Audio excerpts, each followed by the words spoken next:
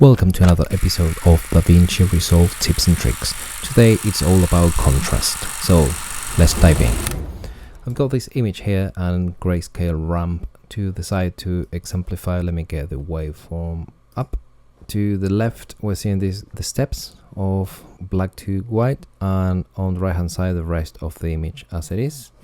Let me get the qualifier, so her skin tones are about here and his skin tone's a bit lower, around, well, on average, yeah, around here.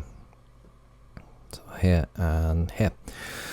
So contrast is the different luminance values between colors. So basically when we add contrast, we are making blacks darker and white brighter. So, you know, if I push this to the right, so I'm adding or expanding the contrast, and everything gets a bit too much. But you can see how all the values we had here, all the nice values, now they're going expanding towards the whites and towards the darks. And if I reduce or contract that contrast, you can see how if we go all the way, you can flatten it all just like that. So no contrast, no image. So when I add or reduce contrast, you can see that it contracts or expands from an invisible line. So you can see around here that the contrast, and you can see how these are getting closer and closer together. So you can clearly see that you would say, yeah, from the middle, but it's not exactly the middle. So in this case, from there, yeah, so still this gap here, so it expands from the center, so to speak, up and down. Let me, by double clicking contrast, we go back to 0. So that invisible line is a pivot. So it's where that line, invisible line, where the contrast goes up and down. So let's push the contrast a little bit. So let's find the invisible line that we say it's around here, and then when pivot we can move that up or down. So you can see it's not sort of symmetrical anymore. And so that's pivot. Basically, pivot point is where in the image I want to add contrast. A low pivot point is going to expand our contrast from the very low in the shadows, from here, pushing everything up, and a high pivot will push everything from a higher point towards the lows. Typically, you want to set this pivot point so it doesn't change the light on the subject which was exposed in the way the DP wanted to expose it. So that usually shouldn't change because it was exposed at that level for a reason by the DP. So in this case, quickly we can see, you know, on average she was exposed between 520. It gets a bit lower. So let's say she was exposed, her skin tones around here, like just below 500. His skin tone is a bit darker, but on average, probably 384, 400. And each camera manufacturer, I'm gonna show you this quickly here, each camera manufacturer will rate their cameras at the 18% gray card. And in the case of RGB, the image we're seeing on Davinci is RGB is 0.391, red is 0.341, Sony is 0.420. So if we go back, we said R is 0.391, and that's more or less where these skin tones on average is exposed at. So if we come here to pivot and we put 0.319 and we move the contrast will move around the exposure of that, you know, without going crazy that skin tone. So you can see obviously it will, I went maybe too far, but it will push the contrast, but it will try to maintain the exposure on the skin as intended by the DP. If I were to move this lower, you can see that it's way darker than it was intended to be. And this higher, you can see that it's way brighter than what was photographed at. So that's a good reference to have the exact numbers of your camera manufacturer, and obviously this number will correlate to these 10-bit units in Davinci. So 0.391 is exactly 0.391, so a bit higher than 384, so over there. So our pivot point now is at that point, and everything will get expanded up and down in this selected point. Yeah, so that's contrast and pivot. The quickest way to do this for me with experience by eye, just looking at the image, pushing a bit of contrast, I'm more or less checking the pivot where it sits right for the skin tone as it was sort of intended to be, and when it's not, we're not overexposing or moving the exposure too much in the subject skin tone. And from then on, yeah, to taste a bit more, a bit less, depending, or even reduce the contrast, go a bit more smoother. And yeah, so I do visually. You can do by number, as I said. You know, you can research by manufacturer. I just gave you the 3 main camera manufacturers: Sony, Red, and Arri. So that's a way you use contrast plus pivot. Now let's move to the grayscale ramp. This will let you see exactly how the image reacts with the curve here in the waveform. So let me get this a bit bigger. As soon as we bring the contrast up, you can see that it creates like a nice S-shaped curve, so-called S-curve. So it shows that the contrast expands around the pivot point and then towards the shadows and highlight. It has a nice roll-off, sometimes referred as the shoulder and the toe. If we were to adjust the pivot point, you can see that the S-curve here, pivot point, you can see that the S-curve shape actually changes to expand the tonal contrast in different regions. It will soften the curve towards the highlight and towards the shadows to prevent straightaway clipping. Let's reset this. Now, if we were to take the contrast in a different direction, so decreasing the contrast or flattening the curve, you can see that there is no S-curve. And if I go all the way, it just flattens to a solid gray. And it just happens to flatten at the pivot point.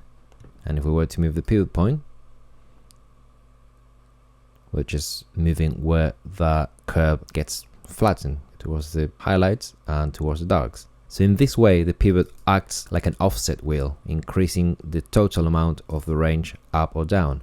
Let me go back. So when you expand that contrast, it creates this S-curve, and when you decrease it, it doesn't do a reverse S-curve. It just flattens the image in a linear fashion. And that's my next point. If you come here to the preferences, you come to general options, and you have this option here that by default, I think it's ticked. It says use S-curve for contrast. And if we untick this and save, then see what happens. I'm gonna push the contrast. So we don't get that nice S-curve roll-off. It's very, very linear. And you can see not only in the graphic, which we don't have sort of a curve anymore, it's just a line.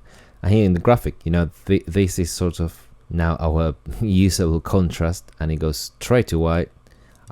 I'm pushing it very far, but let's say it like this, yeah? So this is the stretch of our contrast, and from here on, it goes just white.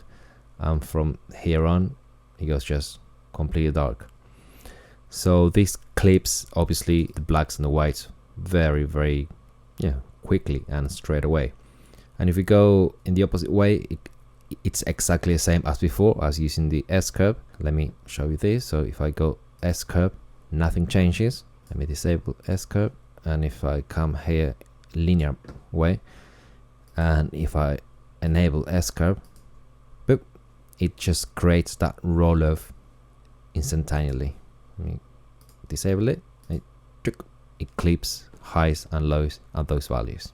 One thing to note is that at the moment of the version 18 of Davinci, this option here is at a project level. So if you say disable the S-curve, wherever you do a contrast in this fashion, you'll get a linear response rather than an S-curve response. So once you change it, it's for the whole project. So you might be wondering, why is linear any good? Why even we have the option to work linear? So the answer is linear is very good, as much as S-curve is really good. There's pros and cons using them, and the best way is to combine them, to use them at the same time. And you may be wondering, yeah, but you just said that once you tick or untick this, it's just for the whole project, so it's one or the other. Okay, so I'm gonna explain you how I use it, and I know that it's mostly used this way, yeah, in the most professional post-production houses. So the main advantage of an S-curve is a roll-off. It allows us to introduce contrast in a shot without worrying too much about clipping highlights and shadows, but the main disadvantage is that it is not linear. Yeah, so is there any advantage of linear? What I mean by the main disadvantage is not linear is that it's not uniform, it's not constant. It doesn't expand the same way throughout the tonal range, right? And especially if you start moving the pivot point, you know, you're just literally changing the tonal range of an image, which it is good and it is bad. And I'm gonna tell you why it's good and it's bad. So by using the pivot point as a starting point of expansion and then flatten the curve towards the high and lows, the shoulder and the toe, is actually changing the tonal range of the image.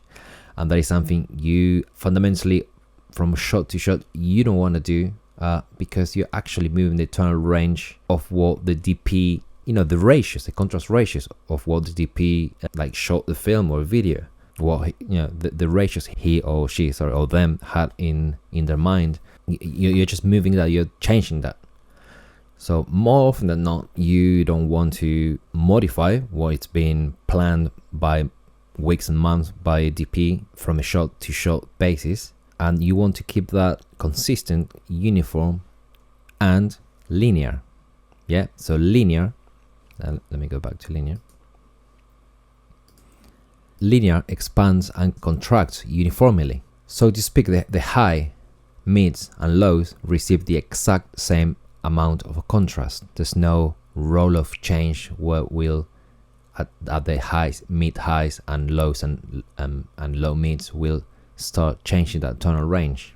So this way, and the same goes for the pivot point. The pivot point will move the same linear distribution of the contrast towards the shadows or towards the highlights, but there's no a fundamental, if you can see here, right, this doesn't change. You're moving that the linear contrast however much you want it to push it, you know, I'll make it a bit broader, with pivot towards the highlight or towards low. So you gain more lows or you get more lights, but the mid chunk of the curve of the contrast of the image stays at all times uniform. Yeah, so linear preserves 100% all the lighting ratios that the DP shot on set. They can be expanded, they can be contracted, reduced, flattened, but the relation between those ratios are preserved equidistant. The main con of linear is that if you are not careful, it will rapidly clip the highlight and the shadow. So at this point, you may be wondering when to use them, or wait, if linear clips highlights easily, then why using it? Or nah, S-curve is better because, you know, that's what I heard the film curve is, and everyone loves film, right? So S-curve wins. Well, not necessarily. Well, here's the trick. S-curve and linear contrast can coexist in the same project. I know I said before that they couldn't, but I'm gonna show you how you can make them coexist. So if you were to watch my previous videos, I show you how to build looks, right? Just you have the clip level here and the timeline level. So the timeline level is where you create your overall look, the look and feel of your show, your video, your film, and clip by clip basis you are going to be correcting one clip to each other as I exemplify my on the node tree that I use. We start with exposure, contrast and balancing the image, those three main characteristics. And then once that's done, at the end of that process of going through the whole film, once we establish the look and then we correct the exposure, contrast and the balance, white balance if you will, the overall color balance, then you have a very sound looking, even with the look, with the style film.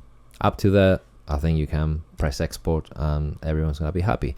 Then you have, you know, second passes, let's call them secondary. You can create power windows, masks, etc., and refine, sometimes maybe relight the images, and yeah, that's pretty much very simplistically the process of creating a film. Then we come here, so this would be where I have my look, where I would build my look. For the sake of this contrast example, we're only working I'm showing things on a black and white level, so the contrast is more obvious. But this is where you would create this nice soft, this rolling soft S-curve.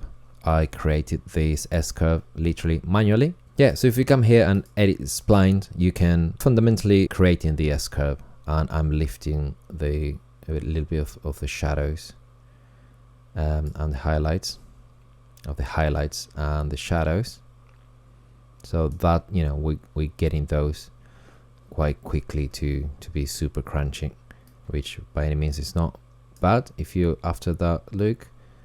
So nothing will go above or under these ranges, and this is, I mean, this is arbitrarily, I mean, this is what I chose, what I like at this moment. So this is where we'd add this, as you will call, filmic S-curve and the whole look of the film. Now when we do the shot by shot basis here, let me just do quickly, you've seen me doing exposure, contrast or ratio, and we talked about the ratio and the DP contrast ratio, so why not call it ratio, and balance in this case, because black and white, I'm probably gonna replace that for this node, which, if, as I showed before, if we come to the matrix, using the red, green and blue output, we can create different looks, because this is only touching or working on the luminance of these three output channels. Okay, so sorry, let me go. I just completely forgot that, because I'm going to show you this sequence of 4 shots that are all supposed to be, you know, on a film like back to back. So I created this S-curve, you know, we were quite flat before, and yeah, with the S-curve I'm adding this nice contrast with roll off. And quickly, let me come here, because I talked about pivot points, right? I'm moving those pivot points with regards to skin tone, and skin tone being sort of close to the middle gray. So let me create another curve. So this is a good starting point to pivot on the S-curve around the skin tone. So you can either choose here or the middle gray. You know, usually in films you will have, you know, a few charts at the start of scenes, but if you don't have it, you know, you can start looking at getting like an average and healthy skin tone probably here, and from there on, you can come here again, select the spline, so you can get this really nice curve and start creating that S curve. Of course I have the double curve, sorry, there we go. I was looking at the curve, not the image, as you want. And this is, yeah, this is preferential, this is but yeah, that's how you would create this nice S curve. That obviously, you know, I did it looking at this image. It was just to exemplify the gray card or the skin tone, and I move the you know, that's your pivot point, and then move the whole S curve in relation to that point. But it works as well on this one. I don't have anything to change. Maybe bring, let me check all the images. Yeah, maybe bring down those lower tones. So this is, yeah, this is your filmic, if you will, S-curve at the look development level. And then we would come to, I already started messing about here, so it's quicker with this image, you know, but things like this, right? For instance, this, if we grab the waveform, this image, the low lights are about here, and you can always, if you know, if you really want references, you can come here to the show the references, boop, and bring the low, say okay, there and there only, and then come to the next shot and say, oh, okay, so the low lights need to be a bit higher, so I'm gonna expand or contract and then move the pivot point to where more or less it suits. These two, you know, the 2 points are pretty much accurate. I'm looking at the waveforms and at the image, yeah, but it's looking pretty good at the moment. And yeah, and that's where you would use the S-curve, so your contrast from shot to shot is linear, and you can match it way better until all the contrast ratios match.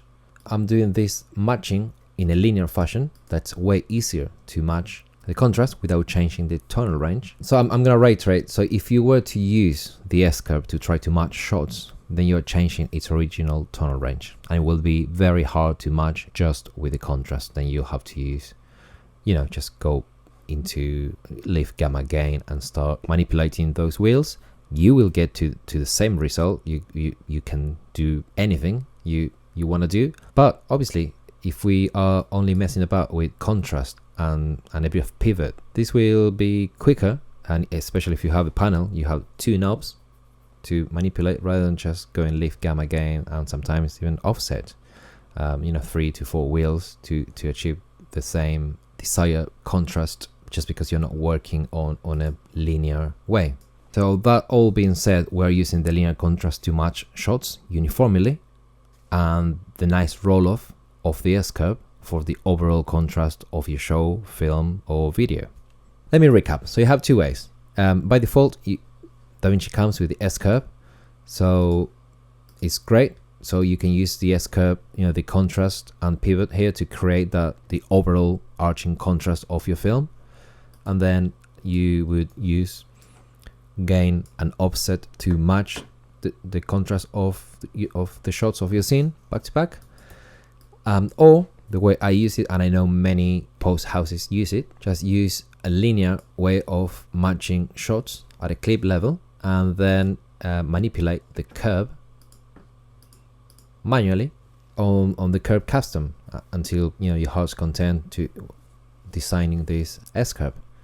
As a tip as well, I mean, once you design an S-curve or many, and if you like, I have many power grades here, and I do things like clean highlights node, highlights roll off node, and dreamy. I have many created nodes here, so you can create an S-curve.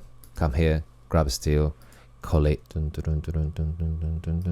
S-curve, and if you want to add more details, S-curve, or for film, mountain film, whatever, and then just have it ready there to be applied, and you have that S-curve. It might be your go-to S-curve, or you have different S-curves that you like that you already know, so you can start labeling by S-curve soft. You can create one that is a bit more, let's say, crunchier at the bottom as well.